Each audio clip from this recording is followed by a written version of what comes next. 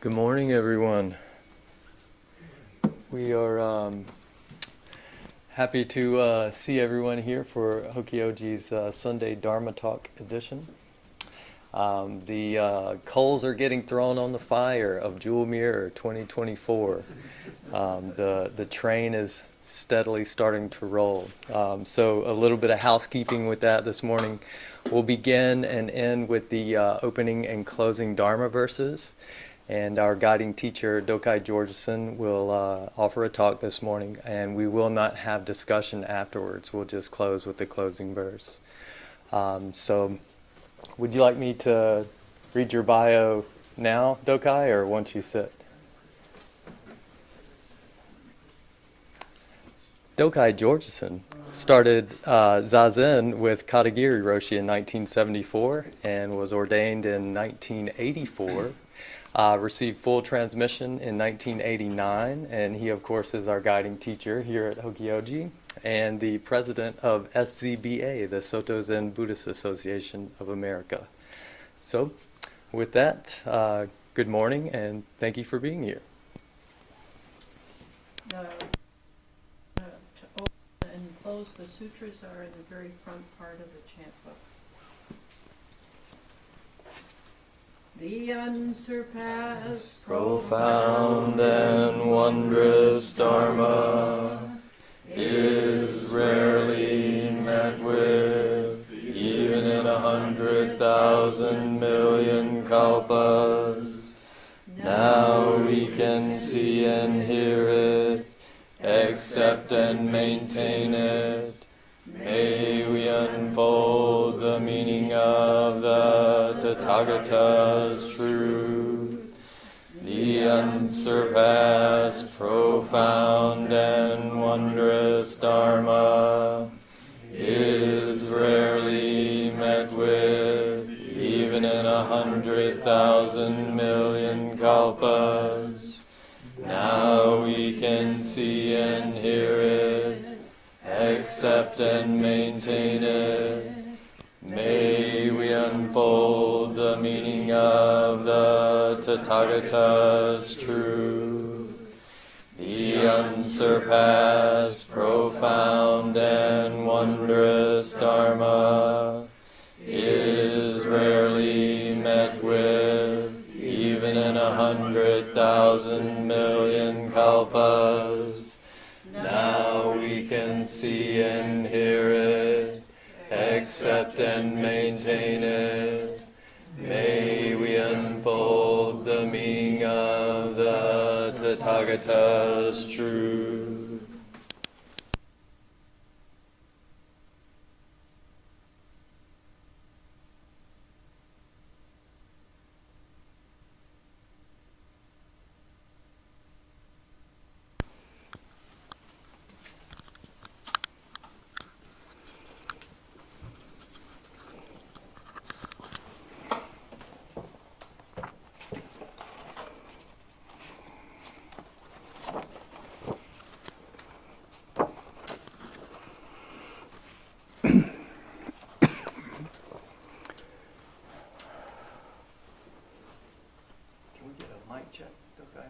Sure.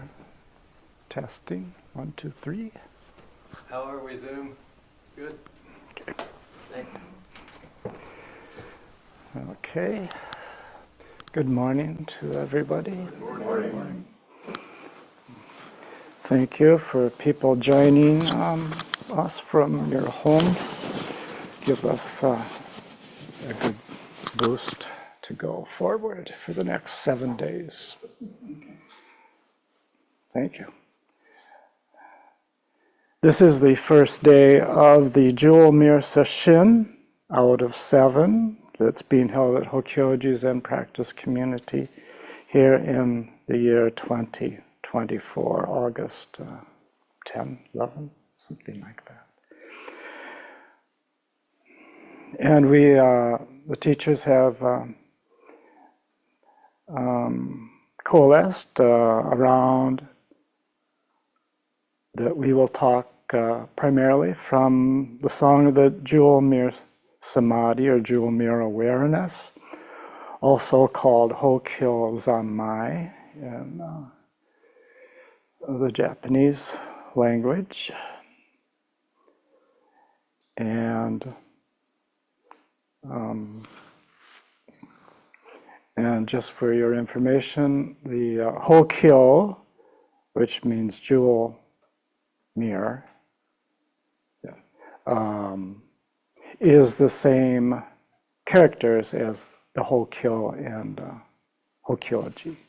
So obviously, Katagiri Roshi named this place after this sutra.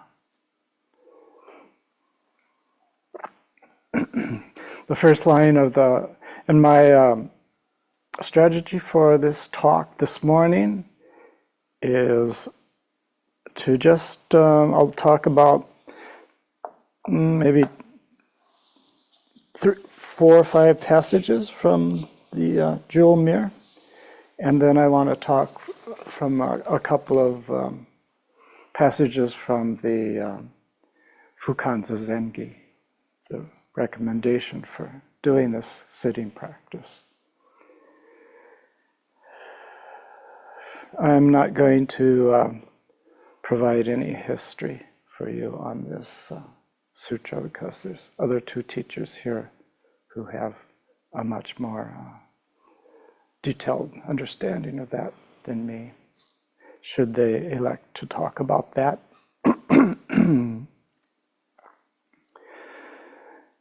The first line of this song,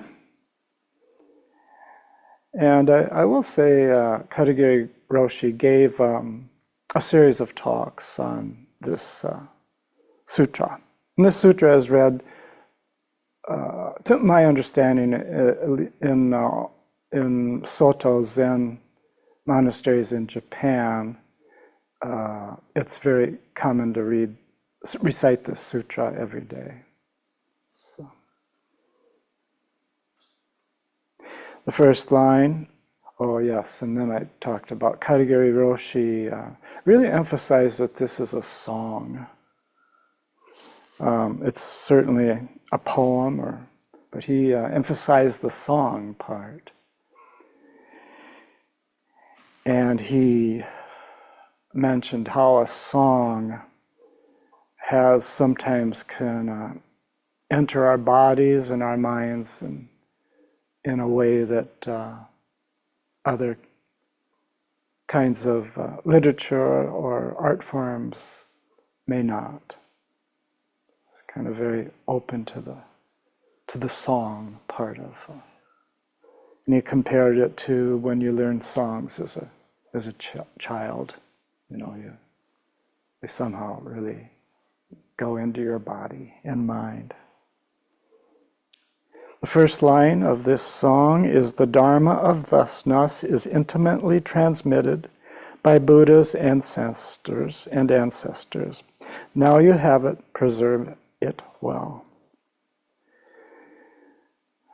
So basically, let's just call Dharma the kind of what's true in this world that we're living in as human beings.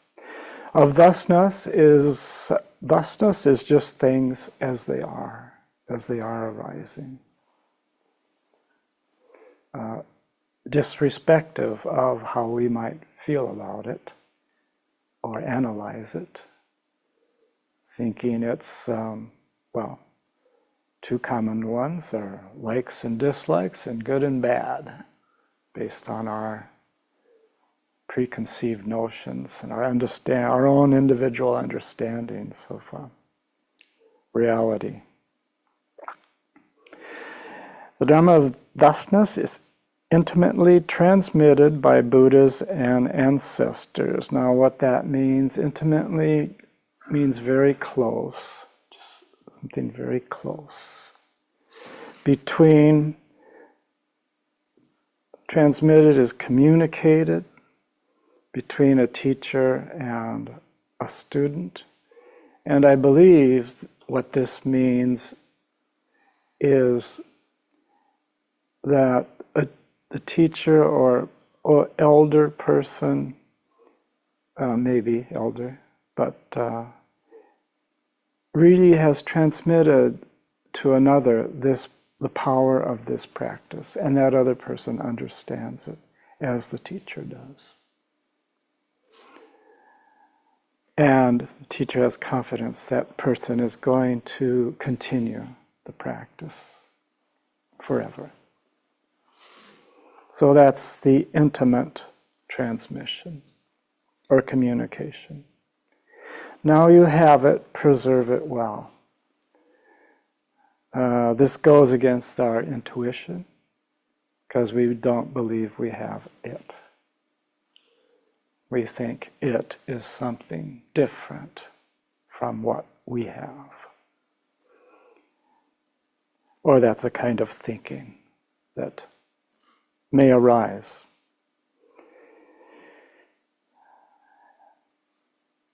We'll talk about that a little more as we go on. Preserve it well means practice it, preserve it.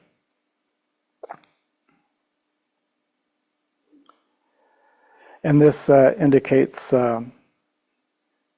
we need to make our effort, our best effort.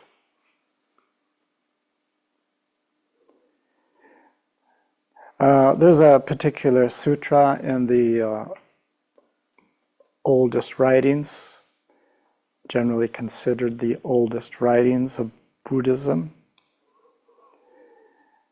And this one story seems to capture how we make our best effort, to me, more than a lot of other things. And it's a story about Sona. Sona, this was a disciple during Buddha's time. He grew up in a very wealthy household. His father was a successful business person. And Sona was a very accomplished musician, particularly on the lute. Having grown up in a wealthy household, he wore shoes in those days.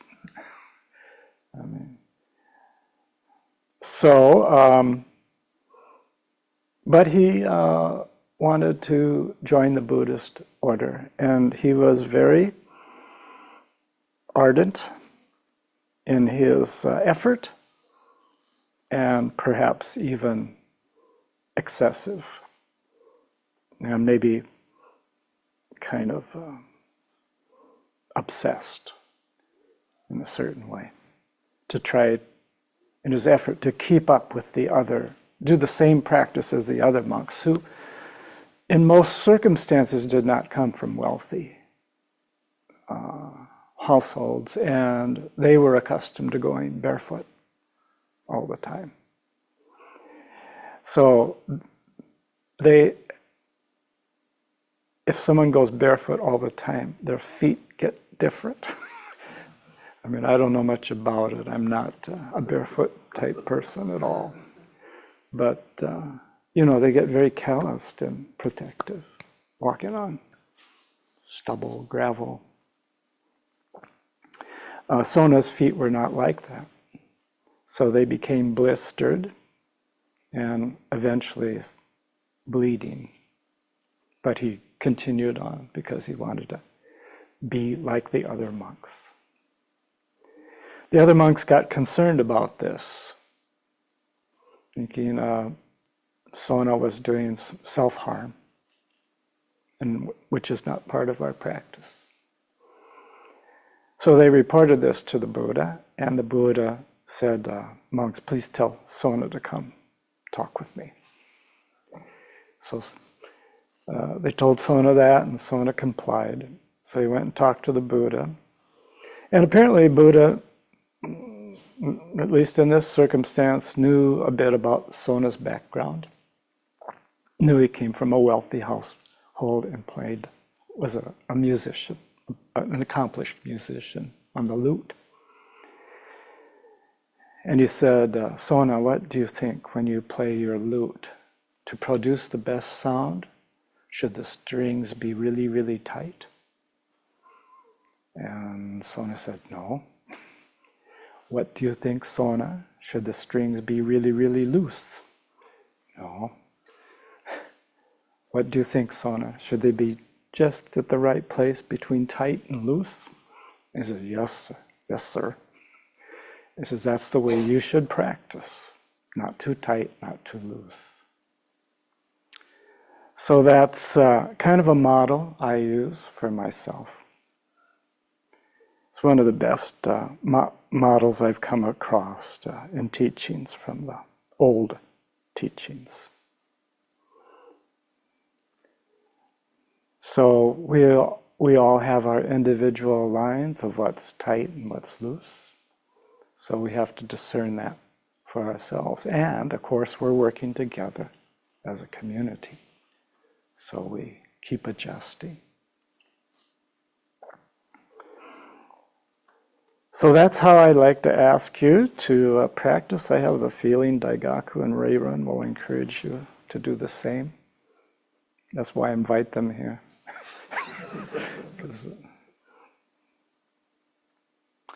And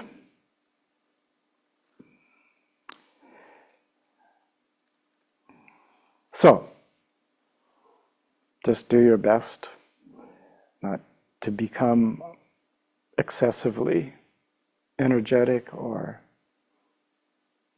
lackadaisical. Another line from the Song of the Jewel Mirror Awareness is, penetrate the source and travel the pathways, embrace the territory and treasure the roads. So this couplet essentially tries to disintegrate the idea that we're on a path to get somewhere.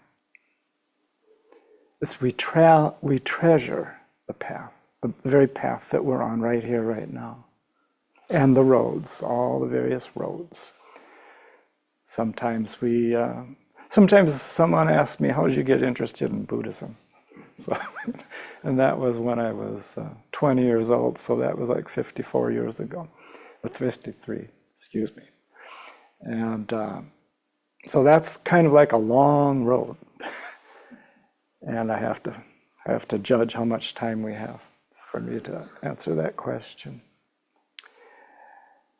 But at any point, it's important that we just travel on this path and we treasure each moment as it comes up. And that's not always so easy to do because sometimes this practice can get pretty challenging. So various things, many various things. Sometimes it can be almost impossible. That's why we do have a community to work with. Very, very hard to just do it all by yourself.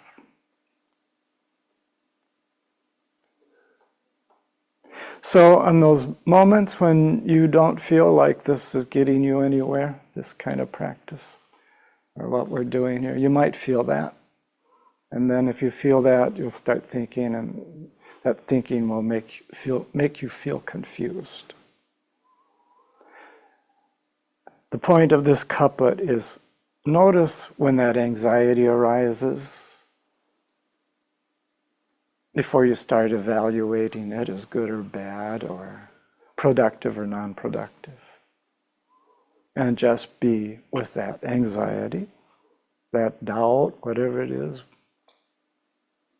And treasure that. Treasure that. That's part of going through this process.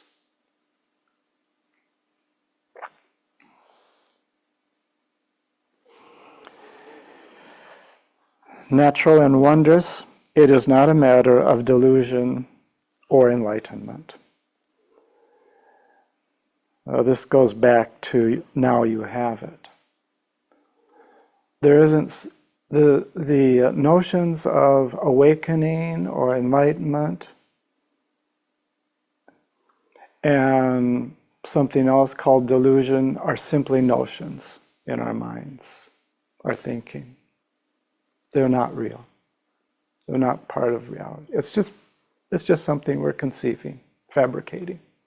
A notion about there's enlightenment and there's delusion, as if there's two separate things. They're not there. It's just our thinking that makes us believe they exist as two separate things. So the author here, I'm going to use Tozan as the Japanese way of saying his name. Natural, just natural, and wondrous. It's not a matter of delusion or enlightenment. It's just this, as it is.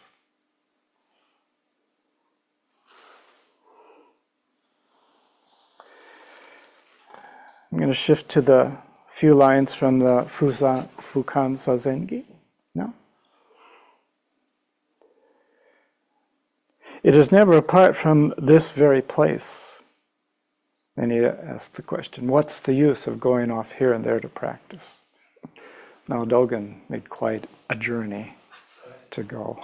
So that's, and he wrote this after that journey. So we can kind of, we see a little juxtaposition here. And we can say the same for ourselves, except for Bo, Dozen, Kyoku, and I. Most of you have traveled quite a ways to get here. And made lots of arrangements to be away for maybe 9 days. It takes a lot of planning.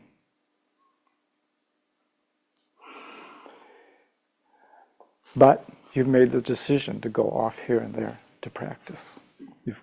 So you are coming from there and now you're here. But I don't think that's a bad thing.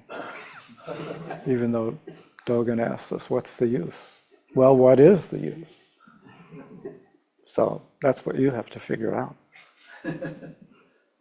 Of what use is it to come here and to practice together like this?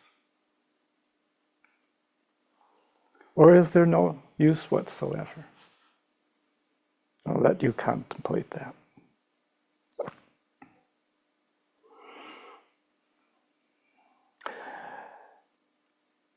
And so he says it's never apart from this very place. Then he says, and yet, if the least like or dislike arises, the mind is lost in confusion. So you can examine that during this next week. Is there the least like or dislike about anything coming up? If so, basically our mind is becoming confused. Now, of course, with that in mind, we try to make this place, that's our work here, is to create a special place where people can come and do this practice and basically feel safe and secure and get fed decent food, have a decent place to sleep. So we're trying to put aside all the practical things you need to worry about for your daily living. We're providing all that for you here. Now, there's not much anyone can do for anyone else about all the trouble you might be bringing in with your own mind to this place. You have to. We're providing a quiet place, secure, for you to see that. See how we ourselves create our own challenges. It's just coming out of ourselves.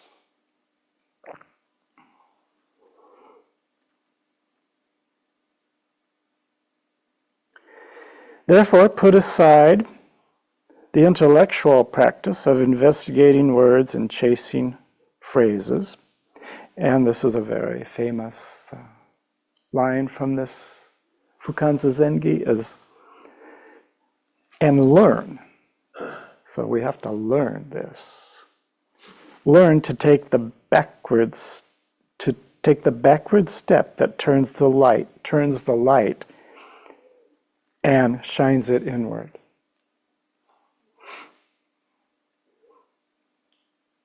So that practice is not so easy sometimes. Who knows why it's not so easy? Actually,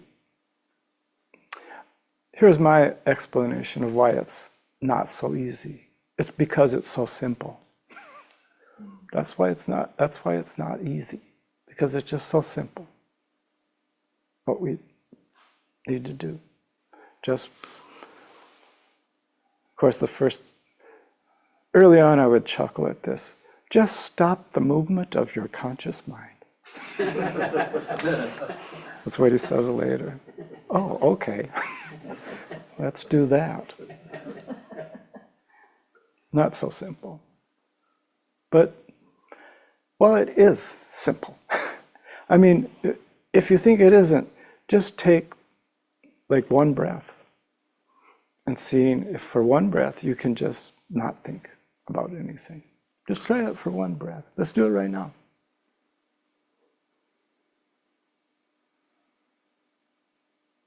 See? Not so hard. It's just continuing to do that is the challenge.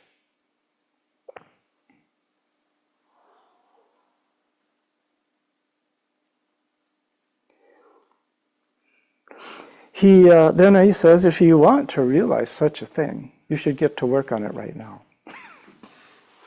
So that means right now, okay, in this place.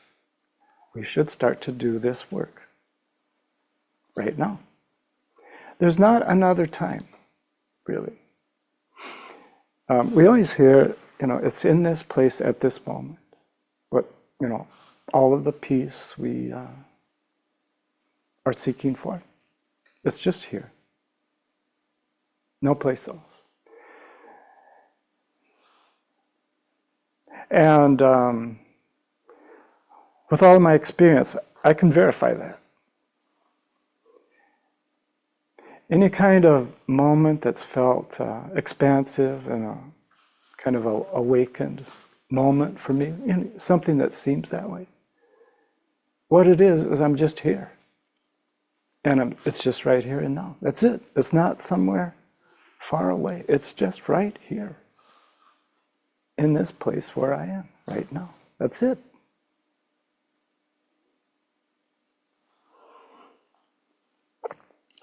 And if we don't fully comprehend that, let's get to work on it right now. Just right now. And this is where next passage is what I alluded to a little earlier. Just give up the operations of the mind, intellect, and the operations of consciousness and views. Have no design on becoming a Buddha. So that goes back to delusion, enlightenment. As two simple things. And that would go back to Buddha, something different than me. So let go of becoming a Buddha, of that idea.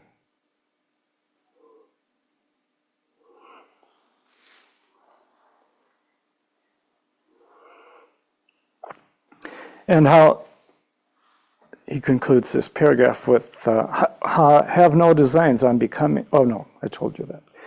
How could that be limited to sitting or lying down? Well, that relates to what Daigaku said last evening, when he said this sesshin practice is not just in this Zen. The whole week, let's just take a week. Well, let's not say your whole life. For right now, let's just concentrate on this next week.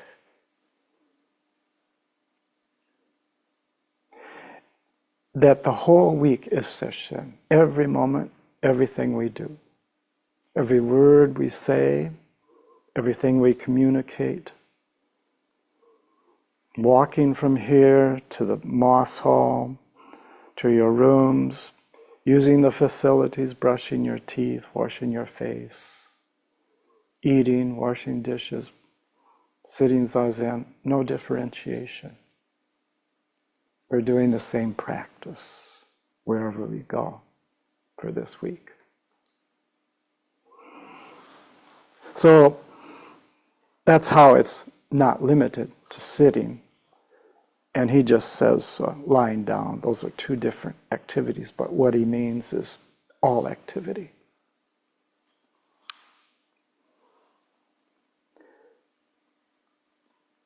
Even going to sleep. Maybe if you're having trouble going to sleep, just kind of follow your breathing.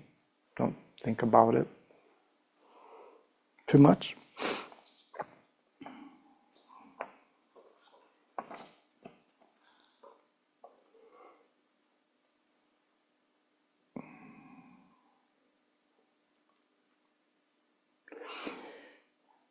Practice realization is naturally undefiled. Going forward is, after all, an everyday affair.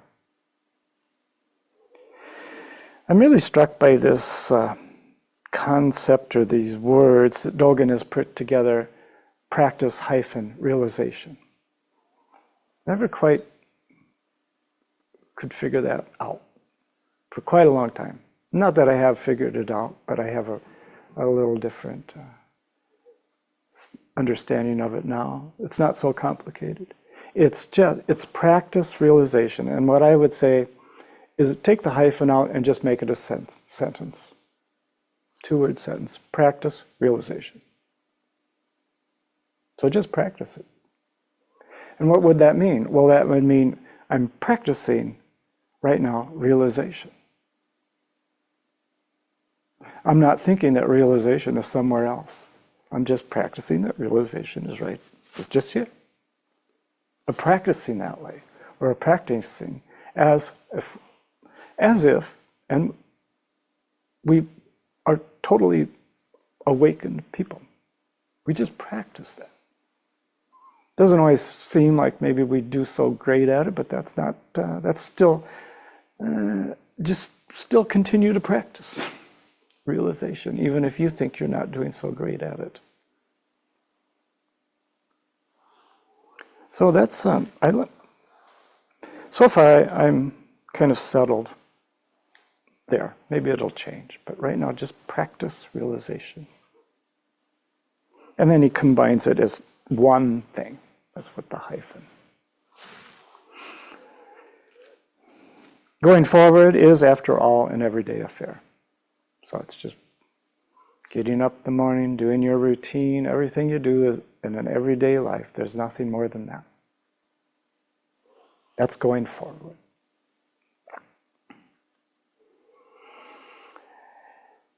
Why leave behind the seat in your own home to wander in vain through the dusty realms of other lands?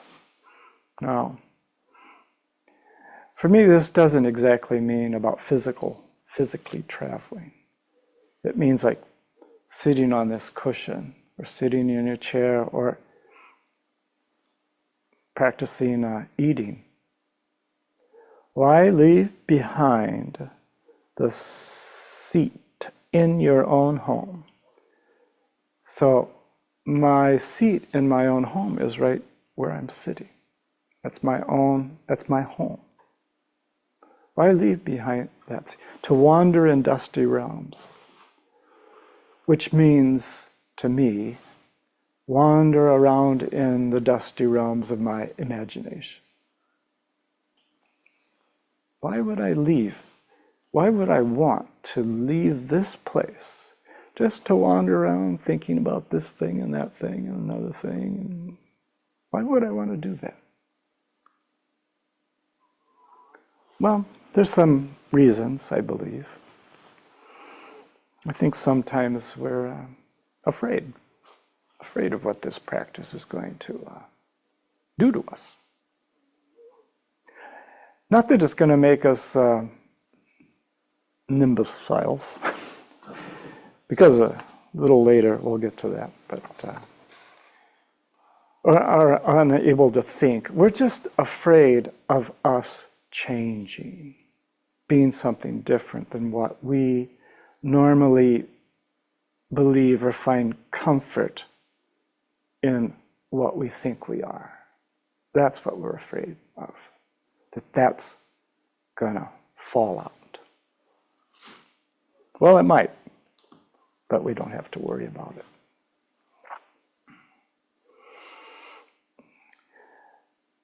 Okay, then he says you've gained the pivotal opportunity of human form. We'll come back to this concept of pivotal in just a bit.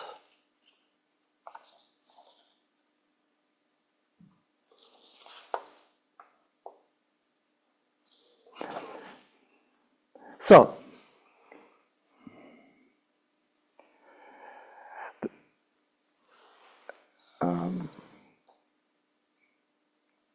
yeah, so anyway, that also means like, if we put ourselves right in this place where we are, try to just settle ourselves here and practice the way I've been talking about. This is related to what Dogen also says, is sometimes you turn the wheel of the Dharma and sometimes you are turned by it. Means first we sit down and do this practice and just do it the best we can in the way this poem tells us to. And we did not without maybe understanding completely why. That's why we're putting aside our intellectual evaluations. But we just practice. We practice realization. And that's us turning the Dharma. That's us making our effort to turn the Dharma. And then Dogen also says, if we do that, make that kind of effort, sometimes the Dharma turns us. In other words, something may happen where we don't know how it even happened or why. It's connected to the practice we're doing. But when we have an experience like that, we don't know where it came from or what it's about.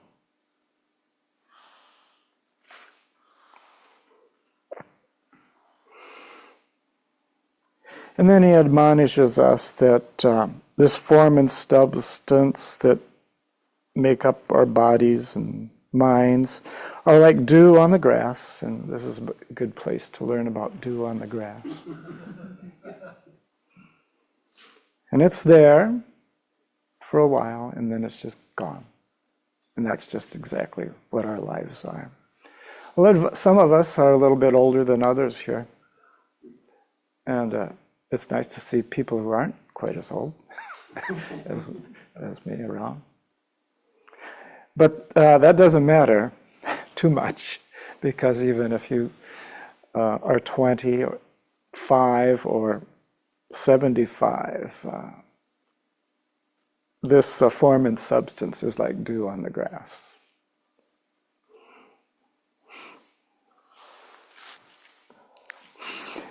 I remember a story, Katagiri, I don't think I've read it anyway. I think I heard this from Katagiri. There was an old monk and a young monk, and the young monk asked the older monk, what do you think about death? And the older monk says, for me, death is right here. For you, it's somewhere else. In other words, this older monk is walking with death right beside him. And it's true now, those of us who are a little older than the others are starting to see a lot of our friends get sick and die. It's happening. You know.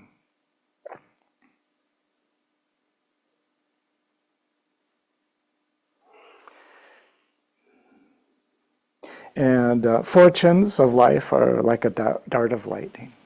So, If we have good fortune, it can just be gone in a second. Anything can happen.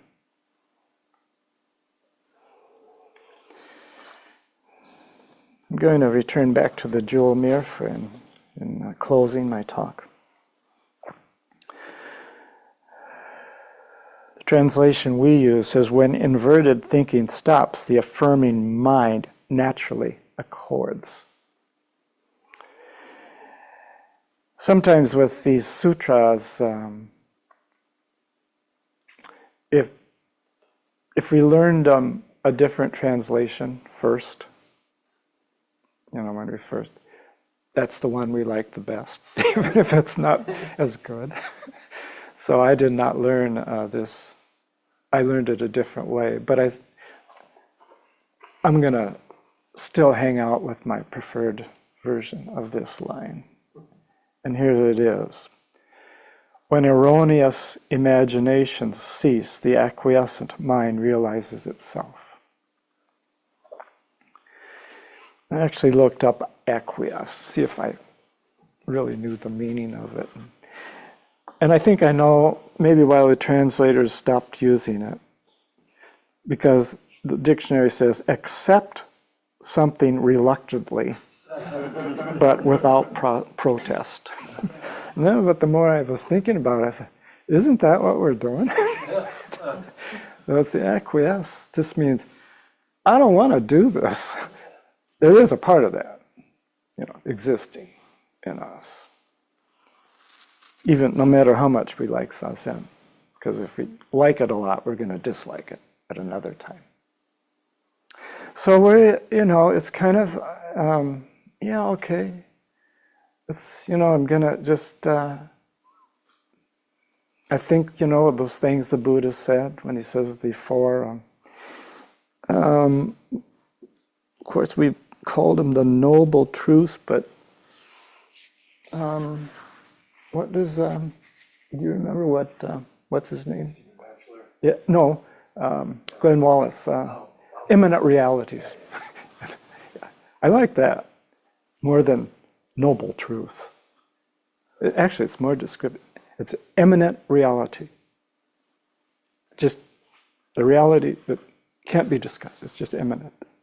Means if you're a human being, you're going to have some trouble. Born into this world, there's going to be troubles. It's not going to be perfect just all the way through. That's the imminent reality. And then the imminent reality is how this trouble arises. Another imminent reality is how do we end that trouble? And the other imminent reality is a path leading to that. So we're accepting those imminent realities. Yep, I have realized there's been some trouble in my life, and I would like to see how I can really kind of deal with that. And okay, it's because I'm craving, yeah, okay, probably right. And stop the craving, stop the trouble. Okay. No problem, no problem. I believe it. I believe it, but reluctantly so. But it's an imminent reality, so I have to accept it. Therefore, with practice hidden, function secretly like a fool, like an idiot.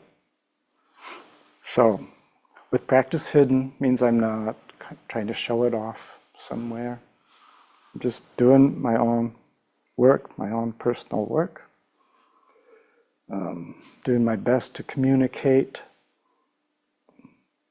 in a kind and respectful way to everyone else. Sitting here, you folks are looking at the wall, I'm looking at the floor. But like a fool, like an idiot. We have to acknowledge that. You all know when you've gone home and tried to explain to somebody what you've done on your vacation. I used to work as a nurse, and I'd go back to work after a week-long session, and people knew I went on vacation. They didn't actually know what I was doing.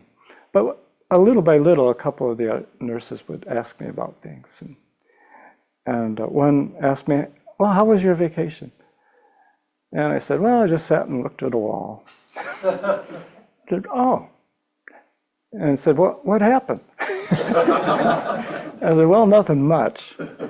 Just, it just feels, things just feel a little different. And she said something very interesting. She said, is it like a clean slate? I said, yeah, you kind of just like starting back with a clean slate. I don't have an agenda, like I did. I don't have all this stuff about another person, it's not the same. Just starting over with a clean slate.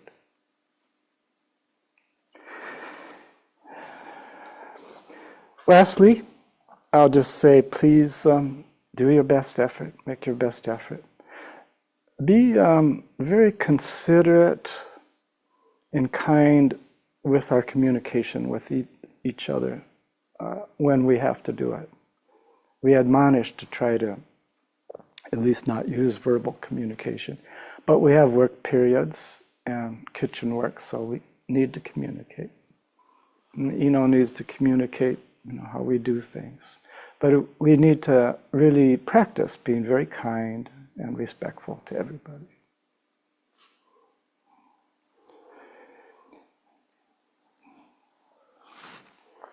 I'm not sure I've ever gotten more mad at somebody than when I've been in session before. So, and of course it wasn't my fault. But anyway, this is what I've learned. We just have to be very careful with our communication because you can get really peeved. It can happen, and let's make our best effort that that doesn't happen here. That's all I have to say. So thank you very much.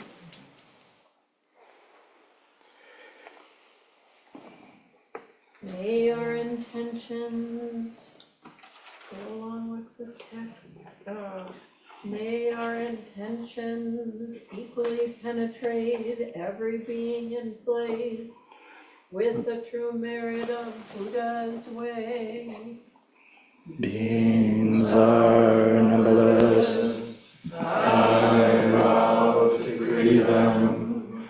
Illusions are inexhaustible. I vow to end them. Dharma gates are boundless.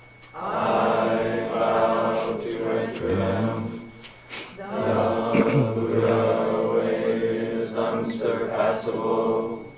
I vow to realize it. Beings are numberless. I vow to free them. Illusions are inexhaustible. I vow to end them. Dharma gates are boundless. I vow to enter them. The Buddha way is unsurpassable. I vow to realize it. Beings are numberless. I vow to free them. Delusions are inexhaustible. I vow to end them. Dharma gates are boundless. I vow to enter them. The Buddha way is unsurpassable. I vow to realize it. Thanks, Zoom. Thank you all.